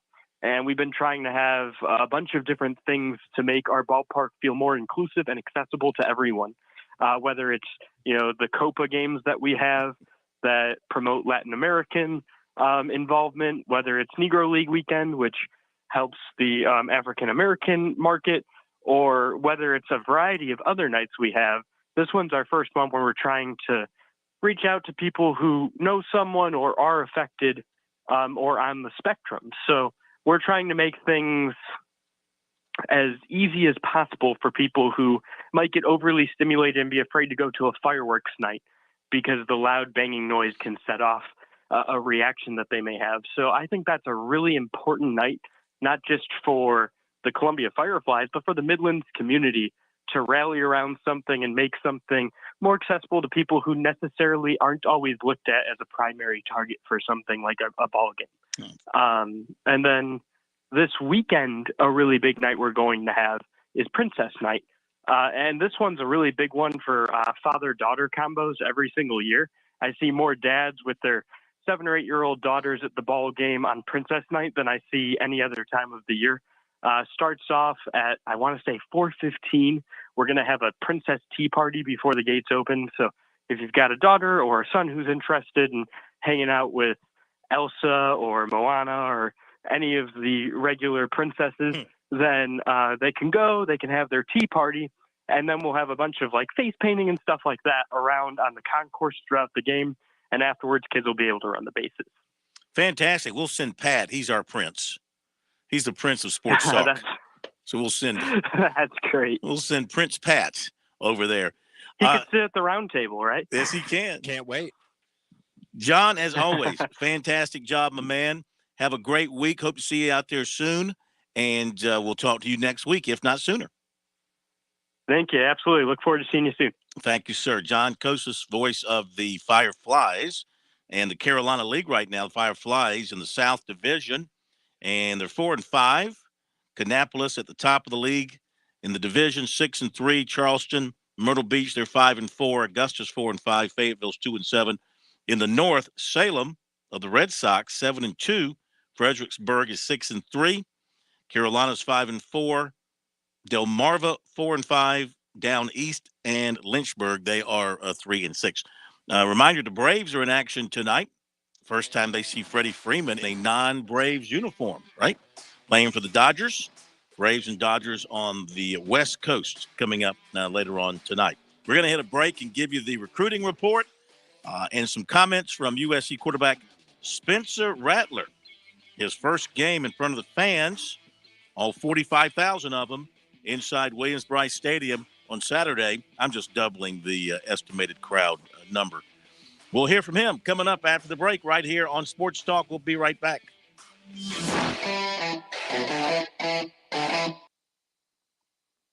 The lady in black doesn't age. She just gets tougher. And NASCAR Throwback Weekend is when she likes to remind everyone just how they got here. Loud cars and louder colors. Business up front and parties in the back. Over 70 years of history held together with one famous black stripe. Too tough to tame? I guess we'll have to find out. Darlington Throwback Weekend, May 6th through the 8th. Get your tickets at darlingtonraceway.com.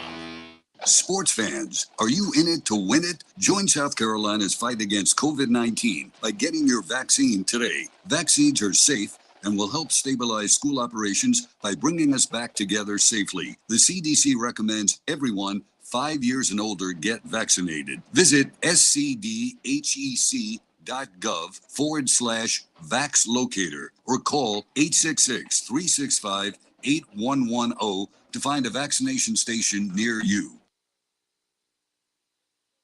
Show your team pride wherever you go with Founders Federal Credit Union's collegiate debit cards. Get your University of South Carolina and Clemson University debit cards at any Founders office or by calling 1-800-845-1614. Plus, our debit cards are digital wallet ready, so you can pay however you please. Not a member? Visit relaxjoinfounders.com or one of our 37 convenient locations to see if you qualify for membership. Terms and conditions apply. Founders Federal Credit Union is federally insured by NCUA. All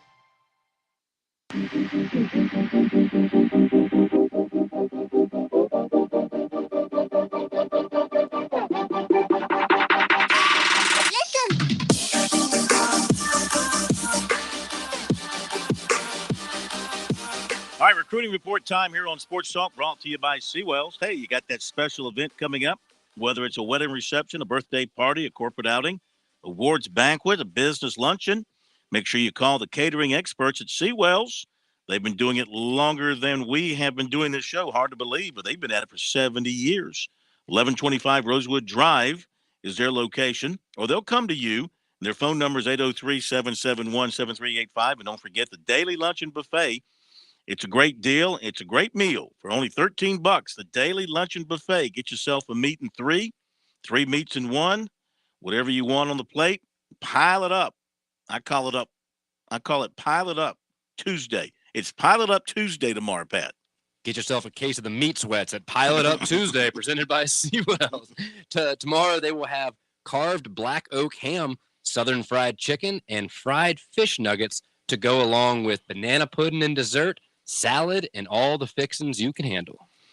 That sounds delish. Check it out tomorrow and every day during the week. Now to the recruiting report. And we mentioned Dylan Lonergan was in with his dad, and another visit to South Carolina in for the spring game. Talked to the dad, Dan Lonergan, a former quarterback at Penn State, said that the offense, you could really see the offense coming around with the additional weapons. Quarterback makes a difference. And a lot of similarities he sees in his son and Rattler. Quick release, strong arm accuracy, good lower body movement. Very similar in those areas. They talked to Beamer and Satterfield about the future. He said the message is always consistent, that his son, Dylan, is a priority, and they think he'll fit in well.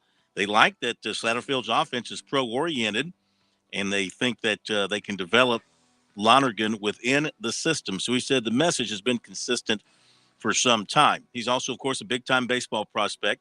Baseball is on his mind now with the playoffs coming up. Then a spring football practice, then official visits. And he hasn't decided on those yet, but it looks really good for South Carolina to get one. You can look at Stanford, Alabama, Ohio State, and Florida as others pretty strong with him at this point as well. USC welcomed in a large group of players along with Lonergan and their top running back target, Trayon Webb. They were all in Saturday. Webb has set his commitment announcement for June 30th following his official visits to USC, Florida, Baylor, Arkansas, and Penn State. He was at Florida's spring game on Thursday night. Based on social media posts and photos from the game, other prospects we know to be there in the 23 class: receiver Christian Hamilton, linebacker Pup Howard, defensive end Xavion Hardy, defensive end Neo Avery, tight end Grant Scott, defensive back Jalon Kilgore, offensive guard Ethan Fields, offensive tackle DJ Geth, offensive tackle Oluwatosin Babalati, defensive lineman Xavier McLeod, wide receiver Caden Lee, offensive lineman Truvon Baugh, defensive end Montague Rames, linebacker Jaden Robinson, offensive lineman Marquis Anderson, defensive lineman Zach Owens, safety Amir Farrell, wide receiver Apollos Cook, cornerback Sharif Denson, defensive end TJ Searcy, wide receiver Ibrahim Barry, offensive tackle Paul Mubinga, linebacker Mikey Rosa, safety Zach Hagedon, tight end Jack Mosley, tight end Vance Bolliard, offensive lineman Chris McCullers, running back Von Blue, long snapper Finn Qualls. In the 24 class, offensive tackle Andrew Rosinski, defensive back Jalen Crawford, linebacker Wendell Gregory, linebacker Andrew Hines III, quarterback Luke Dobbins, wide receiver Mazio Bennett, linebacker Mason Curtis, quarterback Jaden Bradford, quarterback Trey Petty, defensive lineman Heaven Brown Schuler, running back Trey Thompson, tight end Brock Feinberg. This is a 25 class. Tight end Brock Feinberg, linebacker Gavin Nix, offensive tackle Hunter Taylor, and Chanston Crosby, didn't catch his position, and defensive end Keelan Butler. USC target tight end Javante Connor has set Wednesday for his commitment announcement. UCF, Maryland, Florida State, Mississippi State, Virginia Tech also on the short list. Clemson target Darren Reed is set July 4th for his announcement. Cornerback Braden Marshall, Clemson target, has his list down to 10 and set 2 official visits. He had previously set May 10th for naming his top 10 schools. So he hasn't released the 10, just letting us know he's got it down to 10, and he'll let us know on May the 10th. 10-4. USC and Clemson target defensive tackle Victor Burley cut Alabama and Oregon from his top 12 and added LSU and Miami. As a reminder, the others are USC, Clemson, Georgia, Florida, Ohio State, Texas A&M, Michigan State, Florida State, Tennessee, and Oklahoma. Clemson and USC made the top 9 with defensive end Desmond Umeozulu. The others on the list are Ohio State, North Carolina, Penn State, Georgia, Texas, Pitt, and Maryland. Safety Zabari Sandy has USC in his top 5, according to an interview with 247 Sports, also known as 24/7 Sports. He also has Tennessee, Ole Miss, Maryland, and West Virginia in his top 5. He's expecting a decision soon, was at USC last week. 2024 offensive tackle Cam Pringle of Woodland was at Georgia for their spring game. They had a big crowd. I didn't hear anybody complaining about their crowd. They had a big crowd. Let's call it 60,000. 2024 wide receiver Mazio Bennett of Greenville, offered by Florida State. USC offered running back Dontavius Braswell of Sandersville, Georgia. He was in on Friday. USC offered 2025 tight end defensive end Kellen Butler of Jefferson, Georgia. USC and Clemson target 24 defensive tackle Heaven Brown Schuler, offered by LSU. Buford defensive tackle Amon Smalls has set an official to West Virginia for June 10th. AC Flora offensive tackle Ben Holmes committed to Wofford. Now to basketball. USC over the weekend got a commitment from 6'5" Troy Boynton of Fort Lauderdale. He's transferring from Evansville. Signed with Evansville last year, never played because of a wrist injury in December. He went home and did not return to Evansville. He had his surgery at home and been rehabbing there at home. And so he put his name in the portal in December. He went to the Baylor School in Chattanooga. So he knows Paris and he knows the coaching staff extremely well. And he committed to South Carolina without ever seeing the campus. He's never been there, but he'll visit soon. He was recruited out of high school by Paris. And, of course, being so close by in Chattanooga, they saw a lot of him and he saw a lot of them. And he was impressed by Paris, called him a smart guy. He wins. He wants to win. He gets a lot of good, cultured kids, he said. Boynton is a really good offensive player, but he loves playing defense. He says he's a big playmaker, but he's a big defender. He's always guarded the best guy on the court. He's 6'5", athletic, and he can finish above the rim. He's a combo guard. He can play the 2 or the 3. And he also heard from Colgate, Mercer, High Point, Loyola, Chicago while he was in the transfer portal. John. College of Charleston has landed Southeastern Oklahoma's Ante Brzovic. And this is a transfer. This, according to at Stadium, that would be Dan, what's his name? No, what's it? Who is that? Goodman. Yeah, Jeff. Goodman. He's 6'9", Croatian, averaged 18 points, 11 boards per game this past season. Who is that? Look that up, Pat. Jeff Goodman, is it one of the national basketball? Who am I thinking of, Smitty? It's hard when you get the first name wrong and then the last name wrong. It really gives us nowhere to go. Yeah, I don't even know where to search on Google. But Jeff Goodman's a big-time basketball writer, so I think that's it. Yeah, that's him. That's him. He wrote that. 2024 6'4", Jeff Scott. And I just said to Pat 20 minutes ago, I've made no mistakes tonight. You jinxed yourself. Didn't quite make it, Corn. Didn't quite make it. Ran out of gas.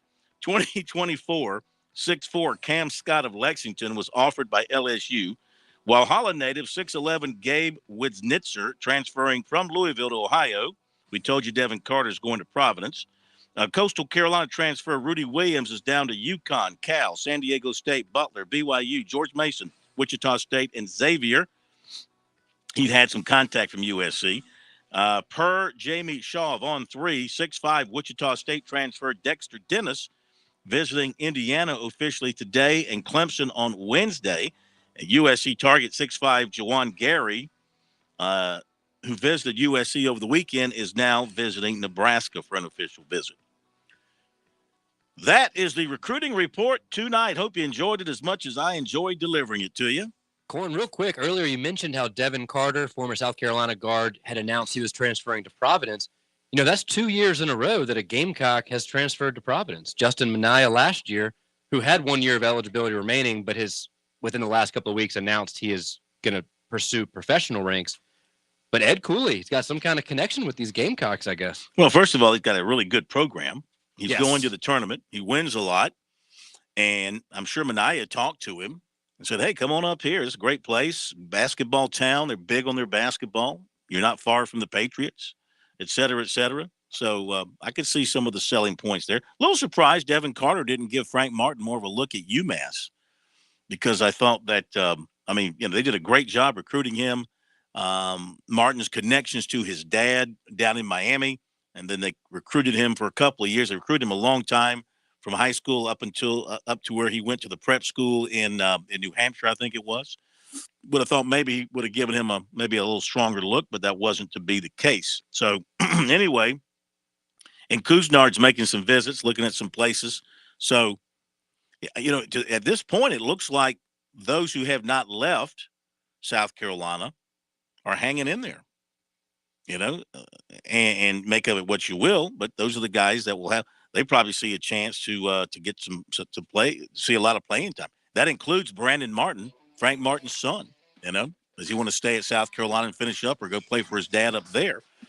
He's still with the Gamecocks right now. Hasn't announced anything. Smitty, great job. We certainly enjoyed having you. I was glad to give a better estimate over the air on the spring game attendance. Glad to do it. You have saved the day by setting the record straight. And we'll see you again soon. We got more chances for you to be here. Believe me. Thank you, Pat. And thank you, everybody. Have a great night. We'll see you tomorrow.